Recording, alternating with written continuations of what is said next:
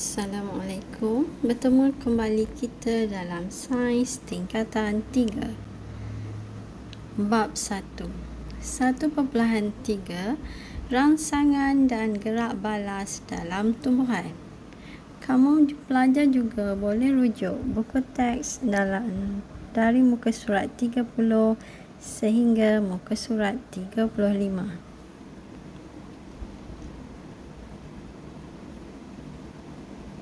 Rangsangan yang dikesan oleh tumbuhan. Rangsangan terhadap cahaya, air, graviti, sentuhan.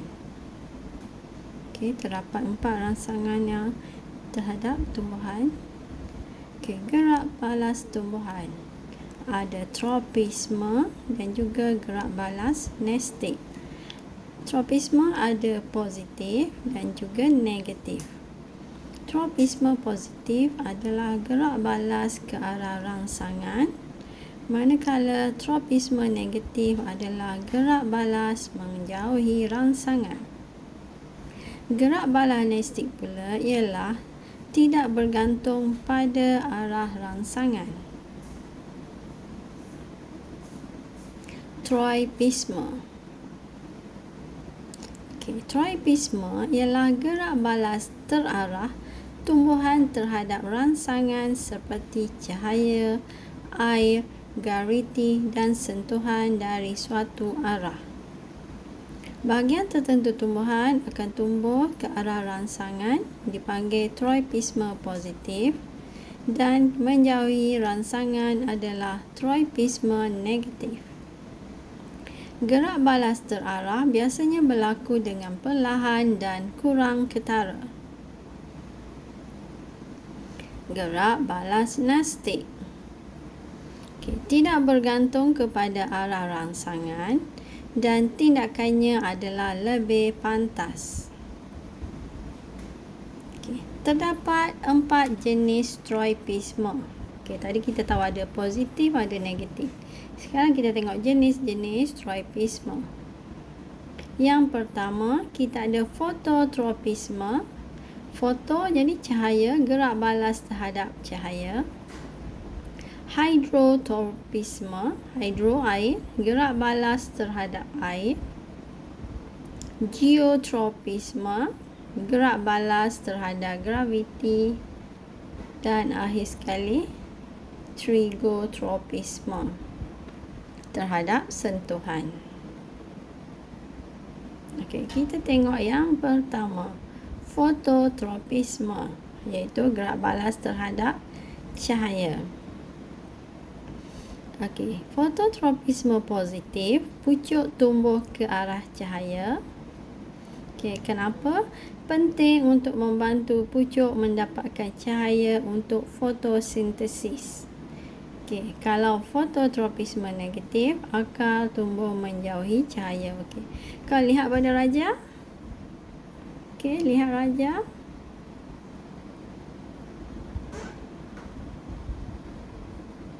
Ni raja kita, tengok.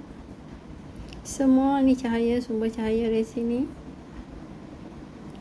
So daun bergerak ke arah cahaya kerana penting untuk fotosintesis.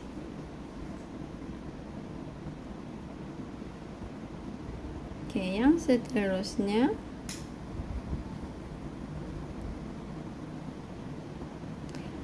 hidrotropisme ataupun gerak balas terhadap air.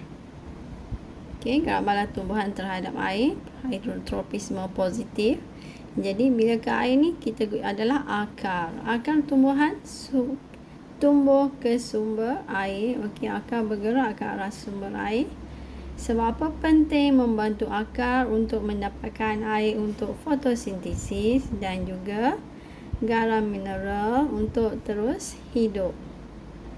Hidrotropisme positif lebih kuat berbanding geotropisme positif. Yang ni kita tengok apa dia tadi, geotropisme positif. Kejap lagi kita tengok. Hidrotropisme negatif pucuk tumbuh menjauhi air. Okey, ni raja hidrotropisme, ni air, jadi ni akar. Akar ni gerak mendekati ataupun tumbuh ke arah air. Okey, yang ketiga geotropisme. Okey, ataupun gerak balas terhadap graviti. Okey, geotropisme positif, gerak balas tumbuhan terhadap graviti.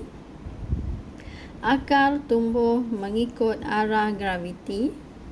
Okey, pentingnya adalah untuk membolehkan akar tumbuh jauh ke dalam tanah untuk mencengkam.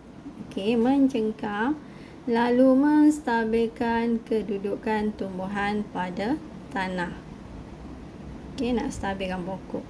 Geotropisme negatif, pokok tumbuh bertentangan arah dengan graviti, membolehkan pucuk tumbuh tegak untuk mendapatkan cahaya matahari. Jadi, pucuk tumbuh bertentangan graviti. Akar ke bawah. Okey, geotropisme, tarikan graviti. Okey, tengok ini raja. Okey, akar ikut graviti ke bawah, pucuk naik ke atas. Okey, yang keempat adalah tigmotropisme ataupun rangsangan terhadap sentuhan. Okey, gerak balas terhadap sentuhan. Tigmotropisme positif, sulut paut atau batang yang berlilit, berpaut pada sebarang objek atau tumbuhan yang bersentuhan dengannya.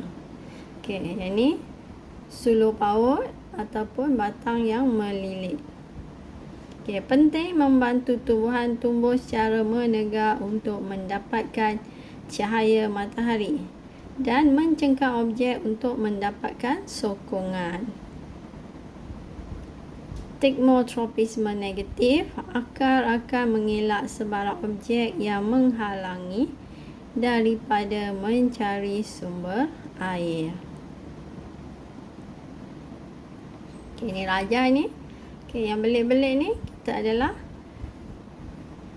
batang yang melilit. Okey, yang ini adalah sulur paut. Okey, pokok timun, kacang adalah sulur paut.